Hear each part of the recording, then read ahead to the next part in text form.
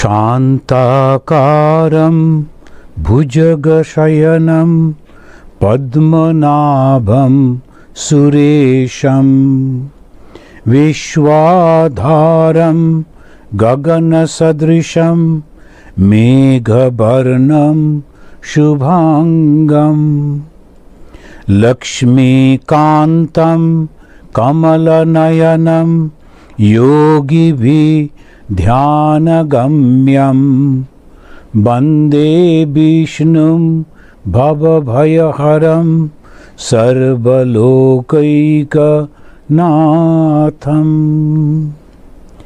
যে সমস্ত লোকের যিনি নাথ বা প্রভু, আমরা সেই বিষ্ণুকে প্রণাম করছি। তো এটা একটা খুব সুন্দর সিস্টেম আমাদের এই হিন্দু ধর্মে, সনাতন ধর্মে, যে যখনই আমরা কোনো কিছু করি তার আগে একটা প্রণাম মন্ত্র করি, একটা ধ্যান মন্ত্র করি, এবং তার মধ্যে দিয়ে যে ভগবানের কথা আমরা বলবো সেইটিকে বেশ সুন্দর ওই ৩-৪ লাইনের মধ্যে পুরো ব্যাখ্যা করে দেওয়া হয়। এখন এই আমরা কার কথা বলবো? সেই সর্বব্যাপী ঈশ্বরের কথা, কিন্তু তাকে তো বলা যায় না, তার কথা ব্যক্ত করব কি করে? তখন সেইটাকে একটা রূপের মধ্যে আনা হচ্ছে, সেটা হচ্ছে সেই বিষ্ণু। বিষ্ণু শব্দের অর্থ বিস্তার, যিনি সর্বব্যাপী, অর্থাৎ যাকে বেদান্তবাদীরা বলছেন যে তিনি হচ্ছেন ব্রহ্ম। তা সেই ব্রহ্ম মানেও কিন্তু সেই সর্বব্যাপী চৈতন্য, আর বিষ্ণু মানে সর্বব্যাপী ভগবান।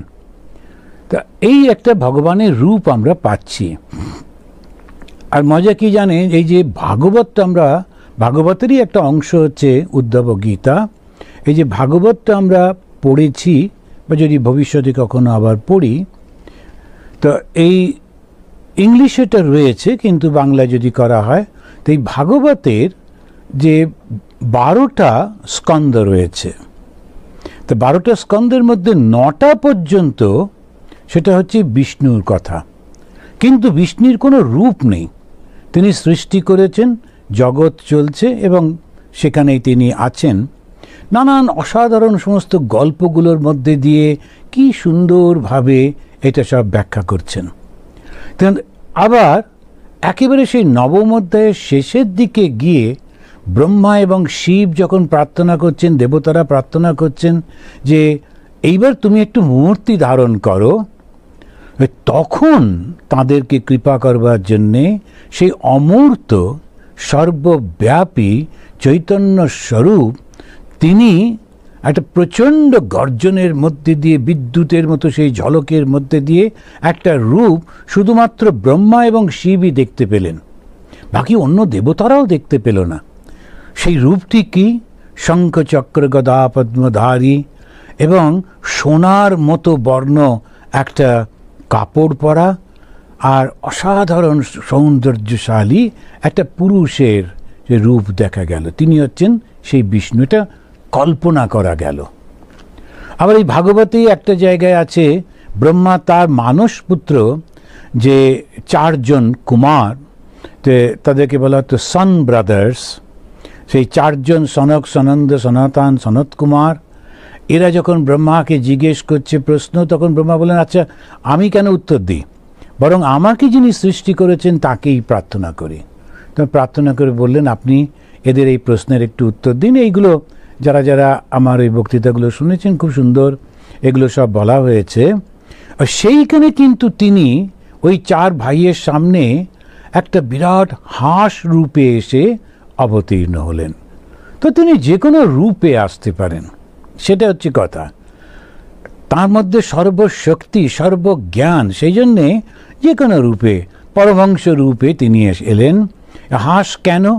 হিন্দুদের সব কিছুই হচ্ছে ওরা একটা যাই করবে এই সত্যটাকে একটা রূপকের মধ্যে দিয়ে দিয়ে করে, আর ভীষণ সিম্বলিক, একটা সিম্বলের মধ্যে দিয়ে অনেক কিছু বুঝিয়ে দেয়। তা হাঁসটা হচ্ছে, পরমহংস হচ্ছেন জলেতে থাকেন, কিন্তু জল ওকে ভেজাতে পারে না। সেখানে সংসারেতে থাকলেও সংসারের মলিনতাকে স্পর্শ করবে না, সেই জন্যে হংস রূপিণী। শ্রীরামকৃষ্ণকে বলা হয় পরমহংস, ওই রকম। পরম মানে শ্রেষ্ঠ। তো এই যে আমরা ভাগবতের মধ্যে পাঠ করতে যাচ্ছি, যেখানে ব্যাখ্যা করতে গিয়ে বলা হচ্ছে, একটু বর্ণনা করছেন তার রূপটা কীরকম, শান্তাকার, একেবারে সুন্দর শান্ত ভাব। অশান্ত কে হয়, সবসময় ছটপট ছটপট করছে, তার মধ্যে প্রচুর বাসনা আছে, নানান কিছু সে করতে চায়, তার চাওয়া পাওয়া প্রচুর, ওই জন্য সে অশান্ত হয়ে ওঠে। ভুজগ শয়নম, সাপের উপরে শুয়ে আছেন। আচ্ছা, সাপটা একটা শোবার জায়গা হলো, কেন সাপের উপরে? আবার ওই সিম্বলিক, আবার একটা চিহ্ন দিয়ে বোঝাবার চেষ্টা হচ্ছে, সাপ হচ্ছে যোগের প্রতীক। সেই জন্যে যেহেতু তিনি যোগী, তিনি সেই জন্যে যোগের ওপরে যেন শুয়ে আছেন, তাই সাপের উপরে শুয়ে আছেন। এই যে শিবের গলায় সাপ থাকে, আমরা এখন তো ওই সিম্বলটা ভুলে গিয়ে অরিজিনাল একদম শিবের গলায় সাপটা সব মনে করি, সাপকেও দুধ খাওয়ানো হয়, ভগবান জানে সাপ দুধ খায় কিনা, কিন্তু ওই সাপ তো আর দুধ খায়, অন্য কিছু খায়, কিন্তু আমরা দুধ খাওয়াই করি, কিন্তু সাপের সঙ্গে কোনো সম্পর্ক নেই। ওই সাপ যেহেতু এঁকে বেঁকে চলে, সে সাপের চলার মতো আমাদের কুলকুণ্ডলিনী জেগে ওঠে। ঠাকুর শ্রীরামকৃষ্ণদেবের কথাতে রয়েছে। তো কুলকুণ্ডলিনী যখন জাগ্রত হয়, ওই সাপের মতো এঁকে বেঁকে সে আমাদের সুষুম্না নাড়ির মধ্যে দিয়ে এসে সহস্রারে পৌঁছায়, মূলাধার থেকে সহস্রার পর্যন্ত এসে যায়। সেই জন্যে যোগীরা তাকে সাপের মতো চিহ্ন দিয়েছেন। রামকৃষ্ণ মিশনের যে এমব্লেমটা রয়েছে, ওই এমব্লেমের প্রথমটা দেখবেন আউটলাইনটা স্বামী বিবেকানন্দ, সাপ মানে যোগ। এবারে রামকৃষ্ণ মিশন কি সাপ পুষবে? সাপের ব্যাপারটা নয়, ব্যাপারটা হচ্ছে ওই যোগের সিম্বল। প্রত্যেকটা জিনিসের সিম্বলের মধ্যে দিয়ে দেখাচ্ছেন।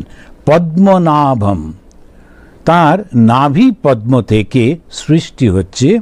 তিনি সুর ঈশ, সুর মানে দেবতা, ভগবান, তাদের তিনি দেবতা। বিশ্বাধারম, তিনি সমস্ত বিশ্ব, সমস্ত জগৎ প্রপঞ্চকে ধারণ করে রয়েছেন।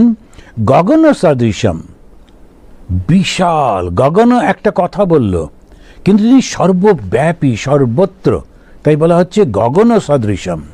এই সর্বত্র তিনি রয়েছেন বলে তেনাকে গগন। আর মেঘবর্ণম শুভাঙ্গম, মেঘবর্ণ কেন বলল? কেননা যেন একটু লুকোনো লুকোনো রয়েছে, সবটা প্রকাশিত নয়। সেজন্য হিন্দুদের দেবদেবীদের দেখবেন বেশিরভাগই রংটা একটু কালো। কেন কি না, ওই আমরা সবই জানতে পারি না, অন্ধকারে দেখতে পাই না। তা এই ভগবানকে পরিপূর্ণভাবে জানা যায় না বলেই যেন মেঘবর্ণ, মেঘের মতো বর্ণ। আর শুভাঙ্গম, তা খুব সুন্দর পবিত্রতার সেই রূপ। লক্ষ্মীকান্তম, তিনি লক্ষ্মী মানে আমাদের যে শ্রী, আমাদের যে প্রাচুর্য, তার তিনি প্রভু। লক্ষ্মীকান্তম কমল নয়নম, চোখ দুটো বড় সুন্দর, সুন্দর চোখকে কমল নয়ন বলে বর্ণনা করা হয়। তো কমল নয়নম, ইনি কিরকম? যোগী ভি ধ্যানগম্যম, যে যোগীরা যখন ধ্যান করে, তাই সেই ধ্যানের মধ্যে তাকে দেখতে পায়। ধ্যানের মধ্যে দিয়ে যোগীরা কোথায় যায়? এই রূপটার কাছে যায়। তারপরে বলছেন বন্দে বিষ্ণুম, আমি এই বিষ্ণুকে বন্দনা করি, প্রার্থনা করি, প্রণাম করি। এই বিষ্ণু, বিষ্ণু মানে সর্বব্যাপী। ভব ভয় হরম, কেন প্রার্থনা করব? ভব মানে এই জগতের, সংসারের ভয়, ভয়, দুঃখ, কষ্ট, হরম, তিনি হরণ করেন। সংসারে, সংসারটা মানে কি? যা সদা সর্বদা সরে সরে যাচ্ছে, ওটাই সংসার। দুঃখ কখন হয়? যা কিছু অনিশ্চিত তাকে আঁকড়ে ধরি আমরা, ভাবি বোধহয় ভালো কিছু পাবো, তার থেকেই বেশি আনন্দ হবে, ওই যখন করবার চেষ্টা করছি সেইটাতে আমাদের ভয় হয়। তো ভয় হচ্ছে একটা পাইনি পাবো তো, ওই তখন একটা ভয়। আবার পেয়েছি, হারিয়ে যাবে না তো, তখন আবার একটা ভয়। তো ভয়ের সব নানা রকম অবস্থা। তা ভব ভয় হরম, এই ভব মানে এই যে সংসার, এই সংসারটা অনিত্য। এই অনিত্যটা যখন আমরা বুঝতে পারবো, ঠিক ঠিক বুঝতে পারবো, তখন আর এই নাম রূপের প্রতি কোনো আকর্ষণ থাকবে না, আর তখন আর কোনো ভয় থাকবে না। আমি কিছু চাই, সেইটার জন্যে পাবো কি পাবো না একটা ভয়, পাবার পর হারিয়ে যাবার ভয়, সেসব কিছু থাকবে না। ভব ভয় হরম, কেন? তখন আমি জানবো আমি সেই ভগবান বিষ্ণু স্বয়ং, সর্বব্যাপী। আমি যা কিছু দেখছি আমারই মনে স্ফুরণ, মন থেকে সৃষ্টি, কেন আমি দুঃখ পাব? এই যে ভাবটা। তারপরে সর্বলোকৈক নাথম, তিনি সমস্ত লোকের, সমস্ত সৃষ্টির তিনি হচ্ছেন নাথ বা ঈশ্বর বা প্রভু। দেখুন, এই চারটে লাইনের মধ্যে দিয়ে পুরো আমাদের হিন্দু ধর্মের আসল কথাগুলো বলে দেওয়া হলো। এইবারে এই শুরু করছি, আমরা উদ্ধব গীতা করব। তো উদ্ধব গীতা এটা হচ্ছে ভাগবতের 11 নম্বর স্কন্ধে 6ষ্ঠ অধ্যায়ে 29 নম্বর শ্লোক থেকে এই উদ্ধবের কথাবার্তাগুলো। ভাগবতটা একটা পুরাণ। এই পুরাণ হচ্ছে 18টা যে পুরাণ আছে, তার মধ্যে ভাগবত পুরাণ খুব শ্রেষ্ঠ, খুব ভালো, খুব সুন্দর। এখন এই বেদের যত সত্য আছে, বেদ এক একটা সত্যকে বলেছে, উন্মোচন করেছে, সেইগুলো গল্পের মধ্যে দিয়ে, তুলনার মধ্যে দিয়ে, ইতিহাস এবং কল্পনাকে মিশ্রণ করে অসাধারণ এই 18টা পুরাণ সৃষ্টি। আরও উপপুরাণ আরও অনেক আছে। এই যে পুরাণগুলোর মধ্যে দিয়ে এই ঘটনাগুলো অসাধারণভাবে আসে। ভাগবত পুরাণে মধ্যে 11 নম্বর স্কন্ধ, 12টা স্কন্ধ, 12 স্কন্ধের মধ্যে 10ম স্কন্ধ সবটাই হচ্ছে কৃষ্ণ সম্পর্কে। তা 9ম স্কন্ধের শেষে শ্রী রামচন্দ্র সম্পর্কেও একটু কথা আছে, কেননা ভগবান বিষ্ণুই যিনি স্রষ্টা, তিনি বিভিন্ন অবতার হয়ে আসছেন। শ্রী রামচন্দ্র রূপে তিনি এসেছিলেন, তারপরে তিনি এলেন কৃষ্ণ রূপে। তো ওই 10ম স্কন্ধের প্রথম দিকে, 9মের শেষের দিকে একটু শ্রীরামচন্দ্র, তারপরে পুরো 10ম স্কন্ধটাকে শ্রীকৃষ্ণের বর্ণনা, কেমন করে জন্ম হলো, সেই সব নানান কাহিনীগুলো, যেগুলো আমরা অনেকে জানি, অনেকে ঠিক আধুনিক আমরা পড়ি না ওইগুলো, এরকম একটা ভাব নিয়ে, কিন্তু অসাধারণ গল্পগুলো। সেই গল্পটা আমরা কৃষ্ণের জন্ম কাহিনী আপনারা যদি ইচ্ছা করেন পড়ে নিতে পারবেন পরবর্তীকালে। সেই কৃষ্ণের জন্মের কাহিনীর পরে কৃষ্ণের সমস্ত কাজ শেষ হয়ে গেল। এরপর থেকে তিনি তার লীলা সম্বরণ করবেন। সেই সময় তার কাছে গিয়ে তাঁরই ভক্ত, তাঁরই বন্ধু, অত্যন্ত জ্ঞানী এবং ভক্ত উদ্ধব সে গেলেন, ও যদু বংশের লোক। তখন তার সঙ্গে যে কথাবার্তাগুলো সেইটাই। এই যে পুরাণগুলো, এটা কিন্তু যীশুখ্রিস্ট জন্মের অনেক আগে। এখানে আমরা দেখি অথর্ববেদ, বৃহদারণ্যক উপনিষদ, এই সবেতেই কিন্তু এই পুরাণকে অত্যন্ত উচ্চ মর্যাদা দেওয়া হয়েছে। কেননা এ তো শিক্ষা দিচ্ছে, জ্ঞান দিচ্ছে এই পুরাণগুলো। আপস্তম্ভ ধর্মসূত্র, মনু সংহিতা, যাজ্ঞবল্ক, মহাভারত, এসব কিছু এই পুরাণের বিশেষ উল্লেখ আছে। ভাগবত পুরাণের বৈশিষ্ট্যটা হলো জ্ঞান এবং ভক্তি মিশ্রিত করে শিক্ষা। এই জন্যে ভাগবত পুরাণটা অত্যন্ত গুরুত্বপূর্ণ এটা পুরাণ, তার কারণ এখানে জ্ঞান এবং ভক্তিকে দুটো পথ এখানে এসে মিলিয়ে গেছে। আপনারা জানেন এই ভারতবর্ষে সব থেকে প্রথম যেটা ওরা নজর দিয়েছিল দুটো জিনিসের উপর। একটা জাগতিক উন্নতি, কেমন করে আমরা ভালো থাকবো, ভালো পড়বো, ভালো খাবো, এবং তার সঙ্গে সঙ্গে ভালো চিন্তা করব। এই ভালো চিন্তার যে ধারাটা, সেইটা ভালো চিন্তা করতে করতে তাদের পৌঁছে গেল একটা সত্যে। সেই সত্য হচ্ছে সর্বব্যাপী চৈতন্য। এই সত্যে পৌঁছল। সেজন্য বলা হয় সত্য। সত্য মানে যা কখনো পরিবর্তন হয় না। আমরা যেমন সত্য মিথ্যা বলে যে শব্দ দুটো ব্যবহার করি, যেটা আছে সেটা সত্য, যেটা নেই বানিয়ে বানিয়ে বলা ওটা মিথ্যা, এরকম না। এই সত্য মানে হচ্ছে যা চিরন্তন, আর অসত্য মানে আছে বটে কিন্তু থাকবে না, এটা হচ্ছে অসত্য। এই শরীরটা এখন আছে বটে কিন্তু কিছুদিন পরে থাকবে না। তখন এই ছবি টবিগুলো কাজে লাগবে, যারা আমাকে একটু ভালোবাসে ওরা দেখবে শুনবে। তো এইগুলো তো আমাদের এই যে জিনিসগুলো, আমরা এই থাকবে না এই শরীর, শরীর না থাকলে মনটাও থাকছে না, এই জগৎটা তখন থাকবে না, কত পরিবর্তন। তো আমরা এইটা ঠিক মনে থাকে না, আর সবসময় মনে করি যখন আমি বেঁচে আছি আমি বেঁচেই থাকবো। ওইটা তাকে বলা হচ্ছে অজ্ঞান। তা আমি অনেক জায়গায় বলেছি, আপনারা অনেকে শুনেছেন যে অবশ্য অনেক দিন আগে, তখন আমরা ব্রহ্মচারী দিল্লিতে গেছিলাম। তো গিয়ে রেড ফোর্টে দেখতে যাব, দিল্লি মানে তো রেড ফোর্ট তো দেখতে হবে, তো রেড গেলাম। তো 10 টাকা তখনকার দিনে খুলে, তখন আমি খুব অবাক হলাম, 10 টাকা দিয়ে গটগট করে আমরা 4-5 জন ব্রহ্মচারী একেবারে শিখা টিখা সব রয়েছে, কাঁধে চাদর নিয়ে ভেতরে ঢুকলাম। গিয়ে যেখানে যেখানে রাজা বসতেন, নবাব টবাব বসতেন সব দেখলাম। এমন কিছু ভালো জায়গা মনে হলো না। তারপরে তখনকার দিনে একটু সাজিয়ে গুজিয়ে রাখতো বটে। তারপরে যেখানে নবাবরা সেই স্নান করতেন, কেন হামাম এরকম কিছু একটা বলে, তো সেই সব দেখলাম। ওখানে ঢোকা মানে একেবারে অসম্ভব ছিল। কিন্তু এখন সবাই 10 টাকা দিয়ে যে খুশি ঘুরে বেড়াচ্ছে। অথচ ওই জায়গাটাকে দখল করবার জন্য মারাঠা বীররা এসেছিলেন। তাছাড়া মারওয়ার থেকে তা সেই বীররা সব এসছিলেন, ওই যোদ্ধারা। কত লোক প্রাণ দিল, হাজারে ঢুকতে পারলো না ইত্যাদি। এখন কোথায় সেই আকবর, কোথায় বাবর, কোথায় তারা, কেউ কোথাও নেই। আমরা 10 টাকা দিয়ে ঢুকতে পারি। তার মানে কি দাঁড়ালো?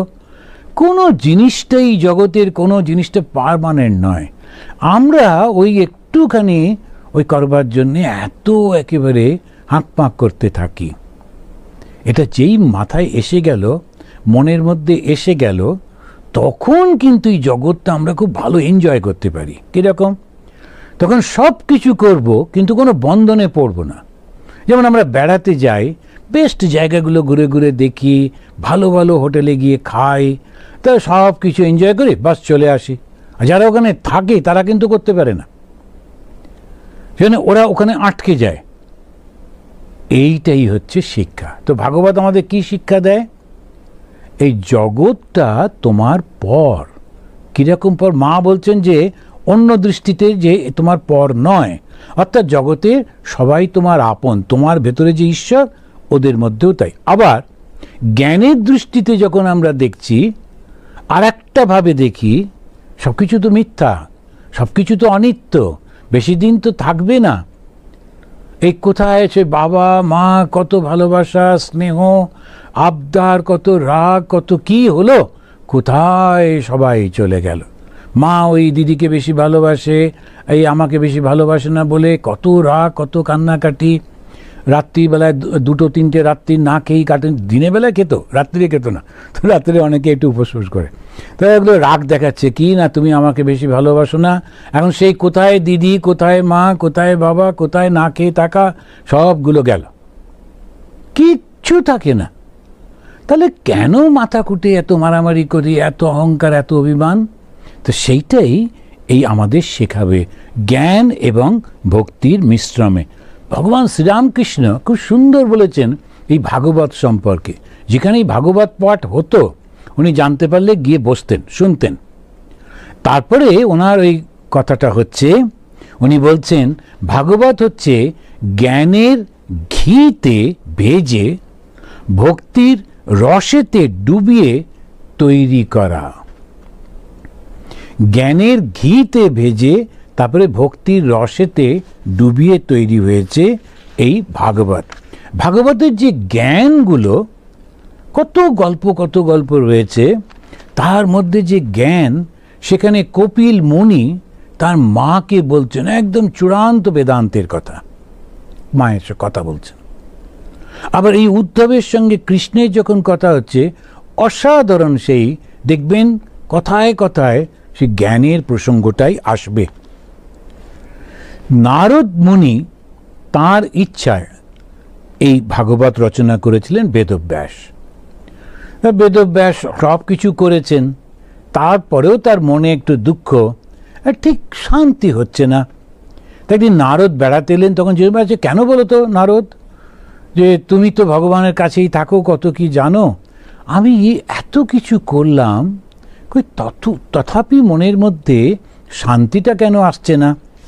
তখন তিনি বললেন, কিন্তু জীবের মঙ্গল হবে, জীব মুক্ত হতে পারবে, এমন তো তুমি কিছু করনি না। ভগবানের লীলা কীর্তনটা না করলে কেমন করে জীবের মঙ্গল হবে? সাধারণ মানুষ ও অত জ্ঞান কি ওর থেকে পেতে পারে? সেই জন্যে মহাভারতের মধ্যে জ্ঞানের কথা রয়েছে, কিন্তু এত যুদ্ধ বিগ্রহ, এত কামনা, উগ্রত কামনার প্রকাশ, তো ওর মধ্যে থেকে জ্ঞানের কথাগুলো যে ভীষ্ম বলছেন, শ্রীকৃষ্ণ বলছেন, কে নেবে? সেজন্য ভগবদ গীতাটাকে আলাদা করে ফেলা হয়েছে অলমোস্ট। মহাভারতের মধ্যেই গীতা, কিন্তু অনেকে একটু গুলিয়ে ফেলেন, বুঝলেন? অনেক সময় ভগবদ গীতা আর ভাগবতকে এক করে ফেলেন। তা ভগবদ গীতা হচ্ছে মহাভারতের অংশ, আর ভাগবত হচ্ছে একটা পুরাণ, যার 10ম অধ্যায়ে শ্রীকৃষ্ণের জীবনীতে রয়েছে। না, 12টা স্কন্দের মধ্যে কিন্তু নেই, শুধু 10ম স্কন্দের মধ্যে শুধু শ্রীকৃষ্ণ। তো অনেকে মনে করেন এটা শুধুমাত্র বৈষ্ণবদের বই, বৈষ্ণবরা অনেকটা এরকমভাবে প্রচার করেন, তো তারা বলেন যে এই ভাগবত বলছে বিষ্ণু এদের, কিন্তু একটু পড়ে যদি দেখেন তখন দেখবেন না, এর মধ্যে প্রচুর জ্ঞানের কথা রয়েছে, ভক্তিরও কথা আছে। তো সম্পূর্ণ ভাগবতে যে 12টা স্কন্দ, 32,300টা শ্লোক, তার ওই 11 স্কন্দের 6 অধ্যায়ের 29 শ্লোক থেকে কৃষ্ণ এবং উদ্ধব সংবাদ, যেমন গীতাটা হচ্ছে শ্রীকৃষ্ণ এবং অর্জুনের মধ্যে কথোপকথন, আর উদ্ধব গীতাটা হচ্ছে উদ্ধব এবং শ্রীকৃষ্ণের মধ্যে কথোপকথন। এই উদ্ধব গীতার শুরুর আগেটা একটুখানি ঠিক করে নিই। আপনারা জানেন যে অর্জুনের ছেলের ছেলে, অর্জুনের নাতি, তিনি হচ্ছেন রাজা পরীক্ষিত। এই রাজা পরীক্ষিতকে রাজত্ব দিয়ে ওরা সব চলে গেছিলেন। অবশ্য যুদ্ধের পর প্রায় 30 বছর পাণ্ডবরা রাজত্ব করেছেন, তারপরে বয়স হয়ে গেল। তো তখনকার দিনে যে সিস্টেমটা ছিল, ওই ছেলের হাতে সব দিয়ে বা নাতির হাতে দিয়ে চলে গেলেন। অর্জুনের বা পাণ্ডবদের যে সন্তান যারা ছিল, পুত্র যারা ছিল, তাদেরকে আপনারা জানেন যে মেরে ফেলা হয়েছিল। তারা এই যখন ঘুমোচ্ছিল তখনই গিয়ে হত্যা করা হয়েছিল। এটা একটা মহাপাপ করা হয়েছিল। কিন্তু একমাত্র যিনি বেঁচে গেছিলেন তিনি হচ্ছেন উত্তরার গর্ভে থাকা এই পরীক্ষিত। যখন কৃষ্ণ চলে যাচ্ছেন সেই সময় উত্তরা ছুটতে ছুটতে এসে কৃষ্ণের কাছে আশ্রয় গ্রহণ করলেন। কৃষ্ণ, আমি ভীষণ ভয় পাচ্ছি যে কিছু একটা যেন আমাকে এবং আমার সন্তানকে ধ্বংস করতে আসছে, তুমি আমাকে রক্ষা করো। পঞ্চ পাণ্ডব তখন দাঁড়িয়ে আছেন, এত শক্তিশালী, কিন্তু উত্তরা বুঝেছেন এই যে বিপদ আসছে, এই পঞ্চ পাণ্ডব এরা রক্ষা করতে পারবে না। তো সেই জন্যে ও ছুটে গেলেন কৃষ্ণের কাছে। ভগবান কৃষ্ণ সঙ্গে সঙ্গে তার যোগ দৃষ্টিতে বুঝতে পারলেন যে একটা বাণ ত্যাগ করেছে, ছেড়েছে, সে হচ্ছে আমাদের আচার্যর ছেলে, যাকে ওই পরবর্তীকালে সে কিন্তু বরাবর বেঁচে ছিল, নামটা এই মুহূর্তে মনে পড়ছে না। তো সেইটাকে রক্ষা করবার জন্যে কৃষ্ণ তার গর্ভের মধ্যে গিয়ে সেই বাণটা নিজের শরীরে নিয়েছিলেন এবং ওই ছোট্ট সন্তানটাকে রক্ষা করেছিলেন। পরীক্ষিত মার গর্ভের মধ্যে থেকেও কৃষ্ণের ওই রূপ দর্শন করতে পেরেছিলেন, আর সেটা তিনি ভুলতে পারেননি। তারপরে অনেক ঘটনা, কৃষ্ণ চলে গেলেন, সেসবগুলোতে আমরা আসব। এখন তারপরে এই রাজা পরীক্ষিত একটা গোলমাল করে ফেলে, খুবই ভালো রাজা, এখন পাণ্ডবদের বংশধর এবং খুবই ভালো রাজা, কিন্তু ওই একবার শিকার করতে গিয়ে শিকার থেকে যখন ফিরছেন, ক্ষত্রিয় রাজারা শিকারটা খুব করতেন, তার কারণ যুদ্ধটা প্র্যাকটিস করাই শিকারের মধ্যে দিয়ে হতো। কেমন করে কষ্ট করে থাকতে হয় জঙ্গলের মধ্যে, ওই জঙ্গলের মধ্যেই খাবার সংগ্রহ করতে হয়, জল সংগ্রহ করতে হয়, শত্রুর হাত থেকে বাঁচতে হয়, এইসব ট্রেনিং এখনও আমাদের যুদ্ধবিদ্যা যারা করেন ওদের শেখানো হয়। এই উনি তারপরে খুব টায়ার্ড হয়ে ফিরে আসছেন, রাস্তায় একজন তিনি মুনিকে দেখলেন, একজন ব্রাহ্মণ, সে একটা গাছতলায় বসে, একটা ছোট্ট কুটির, সেখানে বসে সে ধ্যান করছে। যখন ধ্যান করছে এসে বললেন, আমাকে একটু জল দাও। এত তৃষ্ণা পেয়েছে, এত ক্ষুধা পেয়েছে, তা তার ধৈর্যটা একটু নষ্ট হয়ে গেল। কিন্তু ঋষি শুনতে পাননি, উনি বসে বসে ধ্যান করছিলেন, ও এসে দুবার তিনবার জল চেয়েছে, তখন উনি ওঠেননি। তখন বলে, ও আচ্ছা, তোমার এত অভিমান যে আমি এসে জল চাইছি তথাও তুমি শুনতে পাচ্ছ না। তা দূরে একটা সাপ পড়েছিল বা সাপের খোলস ছিল, সেটা নিয়ে এসে উনি গায়ে দিয়ে বলেন, বেশ তাহলে বসো, একদম শিবের মতো ধ্যান করো। এইটুকু রাগ করে চলে গেলেন। এইবারে ওই যে ঋষি, যিনি এই ব্রাহ্মণ যিনি ধ্যান করছিলেন, তার একটা ছোট ছেলে বাইরে একটু দূরে অন্য বন্ধুদের সঙ্গে খেলা করছিল। তো তার বন্ধুরা খবরটা যখন পেল, ওকে বলল, জানিস এই রাজা পরীক্ষিত তোর বাবার গলাতে এরকম এরকম করেছেন, অপমান করেছেন। তো ওই তক্ষক সাপ সেইটা মরে পড়েছিল, তার সেটাই ওর গলায় দিয়েছেন। উনি তখন রেগে গিয়ে ওই বাচ্চাটা তখনই সঙ্গে সঙ্গে অভিশাপ দিল যে কোনো কিছু চিন্তা ভাবনা না করে, কেননা ওরা তো জপ ধ্যান করতো, তো সেখানে ওর প্রচণ্ড এই শক্তিগুলো থাকতো। ছোট বাচ্চাই অভিশাপ দিয়ে বসলো যে 7 দিনের মধ্যে যে মৃত সাপটা বাবার গলায় দিয়ে অপমান করেছে তার মৃত্যু হবে ওই সাপের কামড়ে। এবার ওর বাবা জানতে পেরে ভীষণ দুঃখ প্রকাশ করলেন যে তুমি এইটা কি করলে, যে পরীক্ষিত এত ভালো রাজা, রাজা যদি না থাকে, ভালো রাজা না থাকলে রাজত্ব নষ্ট হয়ে যায়, প্রজাদের জীবনে শান্তি থাকে না, তখন ধর্ম নষ্ট হয়ে যায়, সংস্কৃতি নষ্ট হয়ে যায়, কোনো কিছু না বুঝে টক করে তুমি এই অভিশাপ কেন দিলে?